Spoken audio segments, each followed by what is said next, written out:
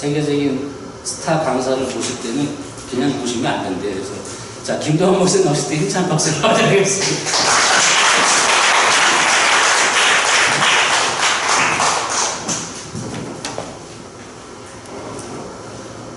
오늘은 대단히 의미심장한 날입니다. 절기적으로도 오늘 부활주일입니다. 그죠? 부활주일에 존 웨슬리 목사님의 표준설교를 같이 읽는다. 상당히 의미심장해요. 왜 그러냐? 여러분 에스겔 37장 이야기로 잠깐 가볼까요? 에스겔 37장. 37장에 보면은 유명한 얘기죠. 마른 뼈가 등장을 하고 그 마른 뼈가 나중에 생기를 받아서 살아있는 생명이 되는 그런 역사가 일어납니다. 생각해보면 빈들의 마른 풀같이 마른 뼈같이 우리가 하루하루를 살아가는 모습을 보게 되는데 생기가 좀 필요해요.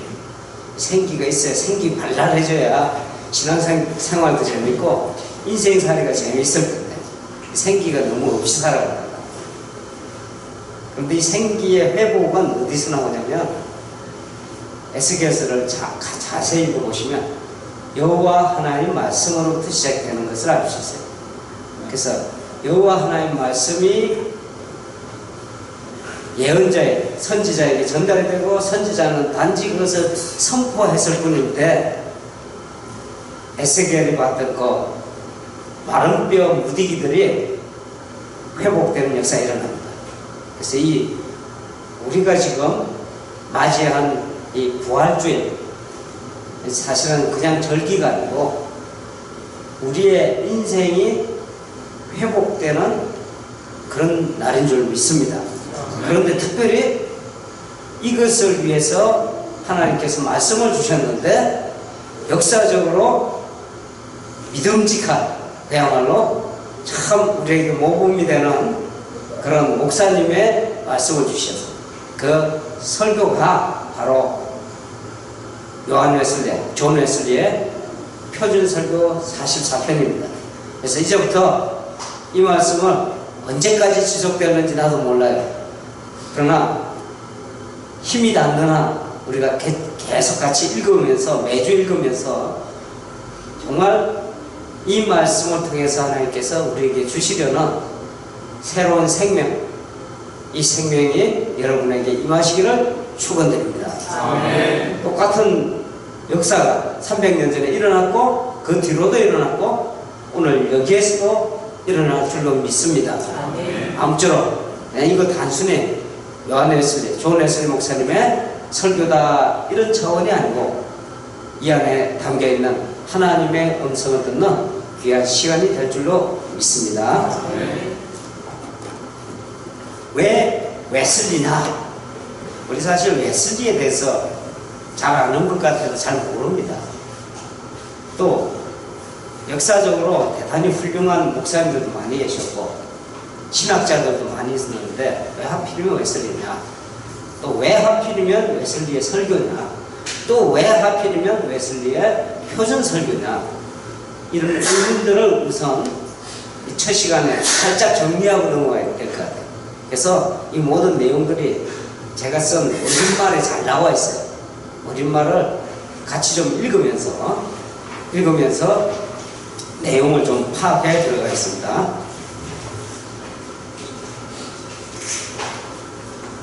다 같이 6페이지 봅니다. 6페이지. 다 됐죠? 네. 우선 첫 스타트로 우리 강장님 읽어주세요. 하늘 가는 길을 알고 싶다. 하늘 가는 길을 알고 싶다. 우리가 흔히 요한 웨슬리라 부르는 존 웨슬리 목사님에 관한 이야기는 많이 들었을 것입니다. 웨슬리 목사님은 영국 북쪽 잉글랜드의 웨베드라는 곳에서 1703년 성공의 목사였던 아버지 사무엘 웨슬리와 어머니 수잔나 웨슬리 사이에서 태어났습니다. 후에 그 자신도 성공의 목사가 되었고 1791년 런던에서 하나님의 품으로 돌아갈 때까지 성공의 목사로서 목회를 하며 살았습니다. 그러나 그의 목회는 당시의 다른 성공회 목사들의 목회와 같지 않았습니다. 당시 대부분의 성공회가 경거의 모양에 추중하는 교회 생활에 물들어가면서 마치 마르뼈처럼 화석화, 형식화되고 있을 때 웨슬리는 경건의 능력이 함께하는 생기 넘치는 믿음 생활을 강조했던 것입니다. 그랬습니다. 웨슬리는 평생을 형식적인 믿음이 아닌 살아있는 믿음을 추구했습니다. 살아있는 믿음을 향한 갈구는 다음과 같은 웨슬리의 고백에서 잘 드러나 있습니다. 한번 같이 읽어볼까요? 시작. 저는 단 하나만을 알고 싶습니다. 하늘 가는 길입니다. 어떻게 해야 그 행복한 해안에 무사히 도착하는가를 알고 싶기 때문입니다. 웨슬리의 간절한 소원은 하늘 가는 길이었습니다. 하늘나라의 삶을 형식이 아닌 실제로 경험하며 살기를 간절히 원했던 것입니다. 이를 위해 웨슬리가 주목한 것은 성경이었습니다. 그는 성경이 하늘 가는 길의 비밀을 간직한 하나님의 말씀임을 확신했기 때문에 그 자신이 한 책의 사람, 곧 성경의 사람이 되어 성경을 집요하게 연구해 들어갔습니다. 그는 마치 존벌레처럼 성경을 양식 삼아 매일 파먹고 또 파먹었기 때문에 성경 존벌레라는 별명도 얻었고, 오직 성경에 매달렸기 때문에 성경 골통이라는 별명도 얻게 되었습니다. 웨슬리 소원이 뭐라고 그랬어요? 다 같이 크게. 하늘 가는 길을 알고 싶습니다. 우리 대부분 존 웨슬리를 말할 때 어떤 생각을 갖고 하느냐면 아주 큰 목회를 했다 이렇게 얘기해요. 그런데 사실은 웨슬리한테 물어봤다면 나는 큰 목회를 했습니다 하고 자랑을 안 했을 것 같아요. 그리고 거기에 본인이 관심이 사실은 없었던 사람입니다. 진짜 관심이 뭐냐? 단 하나, 오직 하늘 가는 길을 알고 싶다. 참 대단한 사람. 자, 표준설교 그 다음에 읽어볼까요? 그 결과 그냥 읽읍시다. 옆에 분이 그 결과 웨슬리. 그 결과 웨슬리는 마침내 그토록 원하던 하늘 가는 길을 성경에서 찾아내게 되었습니다. 그에게 마침내 하늘 가는 길이 확연히 드러나게 된 것입니다. 이렇게 되자 웨슬리는 이 내용을 다른 사람들과 나누길 원했습니다. 이는 하늘 가는 길을 깨닫게 된 사람에게 일어나는 자연스러운 현상이지요. 웨슬리는 이를 위해 자신이 깨달은 진리를 다른 사람들이 쉽게 듣고 쉽게 이해할 수 있는 방법을 모색해 갔습니다. 웨슬리가 택한 방식은 바로 설교였습니다. 웨슬리는 설교를 통해 자신의 성경으로부터 깨닫게 된 하늘 가는 길을 대중이 알아들을 수 있는 쉽고 단순한 용어로 전달했습니다. 웨슬리가 하늘 가는 길을 알고 싶다고 했고, 하늘 가는 길을 어디서 찾아냈다고 했어요? 성경. 그러니까 별명이 여러 가지가 있었어요. 여러 가지가 있었는데, 성경 존벌레, 성경, 제가 그냥 그렇게 번역을 했어. 성경 골통이다, 이렇게. 아주 그것만 오로지 성경에만 들이팠던 사람. 그런데 이 성경을 읽다 보니까 이제 깨달아지는 게 있잖아요. 그 깨달아진 거를 알기 쉽게 한 게 뭐다? 그게 설교단 말이야. 그러니까 우리는 설교하면 그냥 설교를 한다 하면은 주로 강단에서 하는 설교를 설교라고 생각해요. 그런데 웨슬리 목사님이 생각했던 설교라고 하는 거는 성경에서 말하는 하늘 가는 길, 이거를 전달해 주는 걸 설교라 그러는 거예요. 상당히 중요한 내용입니다, 이게. 이 사실은 전도라는 이야기가 똑같은 말이에요. 전도도 하늘 가는 길을 그대로 전달해 주는 거다. 동일한 지금 이야기, 프리칭이라고 그래요. 전도도 영어로 똑같은 의미를 가져요. 성경에서 찾았다, 성경에서 찾아낸 것을 전달한다. 전달하려면 쉽게 해야 되잖아요. 또 알아먹게 해야 되잖아요. 그러니까 알아먹기 쉽게 한 것이 웨슬리는 설교였다. 그러니까 설교는 알아먹기 쉽게 해야 되는 거예요. 이 사실은 이 내용 갖고 설교하는 사람들이 상당히 깊이 들여다봐야 되는 부분이에요. 근데 오늘 여기 앉아 계신 분들은 앞으로 이 웨슬리 설교 쭉 읽어가면서 뭔가 이렇게 체득이 될 거예요. 체득이 되면 오늘 그냥 단지 공부하러 왔다 이렇게 생각하실지 모르겠는데 나중에는 여러분 한 사람 한 사람이 전도하는 사람이 돼야 된다. 그 길이 또 그렇게 할 수 있는 그 모든 이 내용들이 사실은 이 안에 다 숨어 있어요. 그래서 이게 보통 책이 아닙니다. 저는 단지 웨슬리가 알아먹기 쉽게 한 거를 더 알아먹기 쉽게 여러분한테 전달하는 거거든요. 왜냐하면 웨슬리는 언어가 뭐였어요? 사용했던 언어가? 웨슬리가 어느 나라 사람이에요? 영국이니까 무슨 말 사용했겠어요? 당연히 영어를 했겠어요. 근데 영어가 어렵단 말이에요. 거기다가 한 300년 전쯤이니까 영어가 약간 우리로 말하면 고대어예요. 우리도 우리말 어렵잖아요. 300년 전쯤이면 몇 년인가? 누구 시대예요? 조선시대에 궁중에 쓰는 말이나 이해가 잘 안 되는 게 많단 말이에요.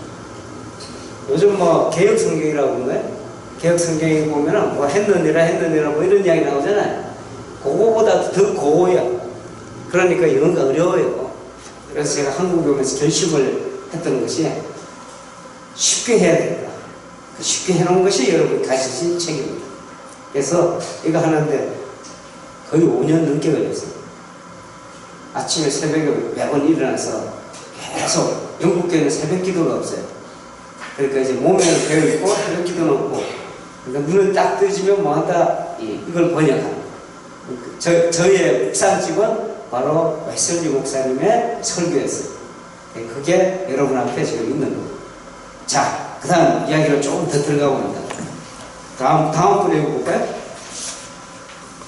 그러자. 그러자 청중이 폭발적으로 증가하기 시작하였고 웨슬리는 홀로 이 일을 감당할 수가 없게 되었습니다. 웨슬리는 이 일을 다른 사람들과 분담하기 위해 설교자들을 세웠고 그들로 하여금 자신이 깨닫게 된 하늘 가는 길을 전할 수 있도록 했습니다. 그렇지만 청중들이 더 늘어나고 또 더 많은 설교자들이 이 일을 분담함에 따라 설교자들 중에서 자신들의 생각을 멋대로 전하는 사람들도 생겨나기 시작했습니다. 웨슬리는 이런 상황을 우려하면서 모든 설교자들이 따라야 할 설교집의 편집을 구상했습니다. 이 계획은 1746년에 시작되어 1760년에 마침내 결실을 보게 되는데 모두 4권, 44편의 설교로 이루어진 표준 설교집이 바로 것입니다. 표준 설교는 웨슬리가 치열한 성경 탐색을 통해 발견했던 하늘 가는 길을 대중들이 알기 쉽게 이해할 수 있도록 만들어진 한마디로 하늘 가는 길의 엑기스인 셈입니다. 하늘 가는 길의 엑기스다. 우리 엑기스 좋아하잖아요.